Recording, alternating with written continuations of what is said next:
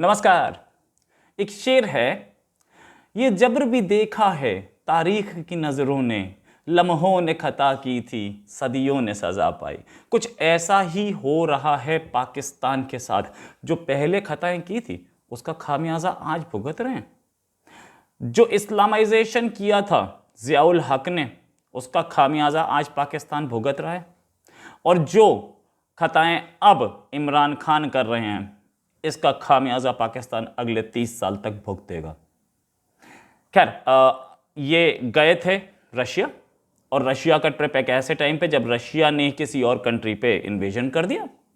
America को पसंद नहीं था, यूरोप को पसंद नहीं था, पूरी वर्ल्ड इसके खिलाफ थी। लेकिन पाकिस्तान के प्राइम मिनिस्टर बोल सकते थे कि भाई मैं नहीं आ सकता, उधर इन्वेजन हो गया या मेरी तबीयत खराब है। बहुत सारे बहाने होते हैं, पोस्टपोन किया जा सकता है, कैंसिल ना किया जाता तो पोस्टपोन भी नहीं किया गया। पहुंच गए। अमेरिका ने बोला कि हमारी पूरी नज़र है इस ट्रिप पर, और साथ में $55 मिलियन का नेशनल बैंक ऑफ पाकिस्तान पर फाइन मार दिया मनी लॉन्ड्रिंग के लिए। मनी लॉन्ड्रिंग के लिए, यस। इसका जो कैस्केडिंग इंपैक्ट होगा वो मैं आपको बताऊंगा। $55 मिलियन का फाइन मार दिया। 1-1 बिलियन के लिए घूम रहे हैं सड़क पे। उधर भी 1 बिलियन ही मांगने गए थे रशिया, मिला नहीं भले ही, लेकिन $55 मिलियन का फाइन ये देगा कैसे पाकिस्तान, किसी को नहीं पता। मलेशिया ने प्लेन रोक लिया था जब पैसा नहीं दिया था उसका, और दूसरे तरीके शायद हो सकता है। इसके नेशनल बैंक ऑफ पाकिस्तान जो है पाकिस्तान के स्टेट बैंक की वो सब्सिडरी है। तो पाकिस्तान का, हमारे यहाँ रिजर्व बैंक वो काम करता है, पाकिस्तान में वो काम स्टेट बैंक करता है। स्टेट बैंक की सब्सिडरी है, और स्टेट बैंक की सब्सिडरी की अगर वहां ऑफिस सीज हो गया न्यूयॉर्क में, तो बेइज्जती की बात होगी। ये कहां से देगा हमें नहीं पता। लेकिन सबसे बड़ी चीज, इस ट्रिप को पाकिस्तानी जर्नलिस्ट जो कि लगे हैं बूट पॉलिश में चाहे वो इमरान खान की बूट पॉलिश हो या पाकिस्तान की बूट पॉलिश हो, बोल रहे हैं कि फ्रांस का प्रेसिडेंट गया था, उसके साथ टेबल बड़ी थी, ईरान वाले के साथ टेबल बड़ी थी, हमारे साथ छोटी टेबल पे बात हुई। यार, उन्होंने RT-PCR टेस्ट नहीं कराया था, वो अपना DNA नहीं देना चाहते थे, और आपके प्राइम मिनिस्टर ने बोला ठीक है फट से कर ले, मुझे क्या, मैं तो पैसा मांगने आया हूं।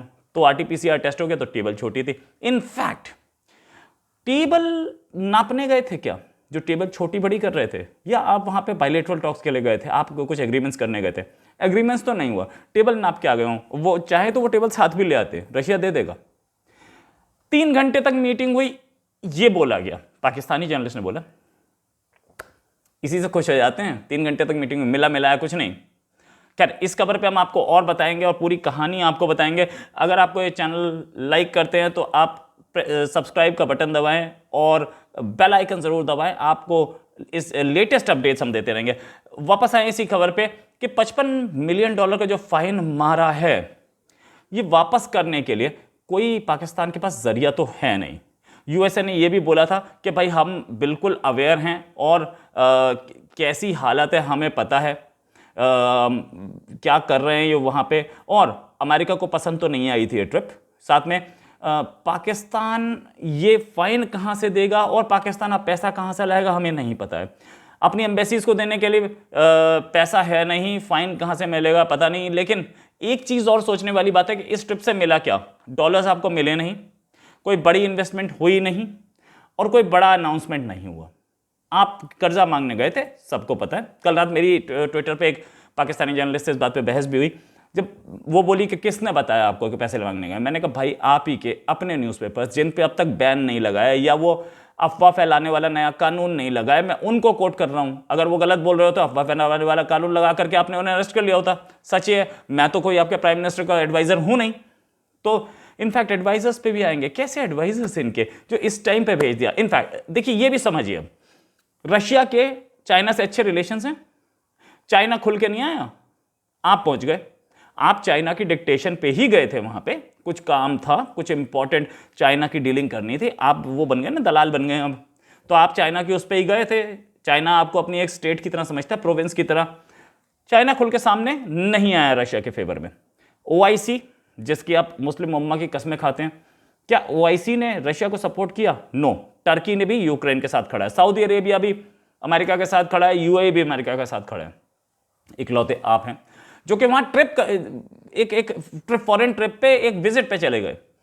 वो ट्रिप डिले नहीं किया जा सकता था, बड़े आराम से किया जा सकता, ठीक है। लेकिन अब इनके ये बेवकूफाना हरकत के पीछे हैं कौन? शाह महमूद कुरैशी, उन्हें पता नहीं था? उनको पता था कि इमरान खान डूबने वाला है, उन्होंने पल्ला झाड़ लिया। दूसरा, एक और साहब है Moeed Yusuf, national security adviser, जिनको अभी अभी इन्हीं के एक वो जैद हामिद हैं, लाल टोपी, उन्होंने बोला था कि हमारा नेशनल सिक्योरिटी एडवाइजर जो है वो मिकी माउस है, मिकी माउस जैसा लगता है। अब वो मिकी माउस, मैं नहीं बोल रहा भाई, आपके लाल टोपी बोल रहे हैं, अगर आपको कुछ लगे उनके ऊपर वो अफवाह फैलाने वाला वो कानून लगा दो और उसको अरेस्ट कर लो, अगर कर सकते हो तो कर लो, मैं भी देख लेता हूँ। खैर, आप ऐसे मतलब लोग बिठा के रखेंगे मोईद यूसुफ टाइप, जो कि जिनको ये नहीं पता कि मेरी पॉलिसी क्या है और मेरे आगे होना क्या चाहिए, किसी को नहीं पता, और ना कोई सपोर्ट कर रहा है आपको। लेकिन आपके एडवाइजर्स आपको गलत सलाह दे रहे हैं, आपके मिनिस्टर्स आपको गलत सलाह दे रहे हैं। और आप ऐसे टाइम पे जब वॉर हो रही है वहां पे, जिस वॉर को पूरी दुनिया सपोर्ट नहीं कर रही, आप चले गए। एफएटीएफ का सेशन चल रहा है, आप ब्लैक लिस्ट में जाने का खतरा आपके सिर पे मंडरा रहा है, और वहां पे ब्लैक, उसमें पावरफुल कौन कौन है? पावरफुल वही नेटो कंट्रीज हैं और अमेरिका है एफएटीएफ में, जो कि आपको ब्लैक लिस्ट में ले जाने की अब तो कोई कसर नहीं छोड़ेंगे। मैं बता रहा था ना, मैं आपको बताऊंगा कि इसका लॉन्ग लास्टिंग इंपैक्ट क्या होगा। ये जो है मनी लॉन्ड्रिंग की वजह से फाइन लगाया गया, अब इस फाइन को दिखाया जाएगा एफएटीएफ में कि ये देखो ये फाइन लगा, अमेरिका ने लगाया है, मनी लॉन्ड्रिंग हो रही है, आज भी हो रही है, डालो इसे ब्लैक लिस्ट में, और आप ब्लैक लिस्ट से आपको कोई नहीं बचा पाएगा। इस सेशन में अगर डिसीजन हो चुका है कि क्या करना है तो फाइन, अगर डिसीजन नहीं हुआ है, डिसीजन चेंज किया जा सकता है, तो 100% चेंज किया जा सकता है, बड़े प्यार से हो जाएगा। आईएमएफ आपको अब परवाह करेगा नहीं। आईएमएफ आपको कितनी परवाह करता है पता है? रशिया में आपका जॉइंट स्टेटमेंट कोई नहीं आया, जॉइंट स्टेटमेंट हर एक बड़ी विजिट के बाद जॉइंट स्टेटमेंट जरूर आता है। जॉइंट स्टेटमेंट मतलब हम दोनों अग्री करते हैं इन 15 पॉइंट्स पे, कोई जॉइंट स्टेटमेंट नहीं आया, इसका मतलब आपके किसी पॉइंट पर कोई रजामंद नहीं थे। साथ में गैस पाइपलाइन, तो जो आपने अपने आप ही निकाला स्टेटमेंट, सिंगल हैंडेड स्टेटमेंट निकाल दिया, उसमें गैस पाइपलाइन की मेंशन ही नहीं थी। और दूसरी चीज, अमेरिका से आपके क्या रिलेशंस जी? अमेरिका से आपके रिलेशंस कितने बढ़िया, 4 साल से आपके पास अमेरिका का कोई एम्बेसडर नहीं है। ऊपर से बाइडेन आपको फोन नहीं करते।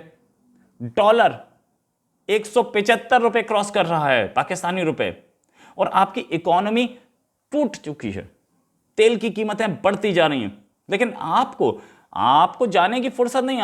आपके जितने एडवाइजर्स हैं सारे गलत एडवाइस दे रहे हैं। ऐसे टाइम पे आपको जाने का मतलब नहीं बनता था, लेकिन आप फिर भी गए। और पाकिस्तानी जर्नलिस्ट को देखिए क्या हेल कर रहे हैं, अरे क्या फतेह करके आए, जैसे चांद पे चंद्रयान से पहले इमरान खान पैदल उतर के घूम के वापस आ गए हो। किस तरीके की हरकत है ये? पाकिस्तान को डुबोने के लिए हर आदमी, जैसे बोलते हैं ना, हर शाख पे उल्लू बैठा है, अंजाम गुलिस्तां क्या होगा, वो हालत है। एक एक शाख पे उल्लू बैठा है, वो पूरा ये है कि एक ही उल्लू काफ़ी है बर्बाद गुलिस्तां करने को, हर शाख पे उल्लू बैठा है, अंजाम गुलिस्तां क्या होगा। जब एक ही उल्लू गुलिस्तां को बर्बाद कर सकता है, तो आपने हर शाख पे जो उल्लू पाल रखे हैं वो तो बर्बाद करेंगे। इसके साथ ही हम एक चीज और बता रहे हैं कि पाकिस्तान में पब्लिक ओपिनियन क्या हो चुकी है। पाकिस्तान में पब्लिक ओपिनियन अब ये हो चुकी है कि लोग बोल रहे हैं कि ये इमरान खान तो भाग जाएगा, अपने 2 बेटे हैं लंदन में, हो सकता है पुरानी बीवी से फिर से सेटिंग कर ले जेमिनी गोल्डस्मिथ से, और वहां जाके घर जवाई बन के रह ले, हो सकता है अपने दोनों बेटों के पास भाग जाए। हम क्या करेंगे? हमने तो यहीं रहना, हमारा तो कोई वहां पे ससुर नहीं है, हमारा कोई साला वहां नहीं रहता, हमारी बीवी वहां नहीं रहती, झेलना तो इस सबको हमें पड़ेगा। ये जो सैंक्शंस लगवाएगा और एफएटीएफ के ब्लैक लिस्ट में ले जाएगा, ये भी एक प्रॉब्लम है। लेकिन जो है नुकसान जो होना था ना, वो हो चुका है, क्योंकि एक आदमी कर गया, उसके बाद उसका इम्पैक्ट सदियों तक रहेगा, सदियों तक रहता है। सदियों ने सजा पाई, ये अब आपको आगे दिखेगा। इसी के साथ एक और खबर के साथ फिर हाजिर होंगे। नमस्कार, जय हिंद।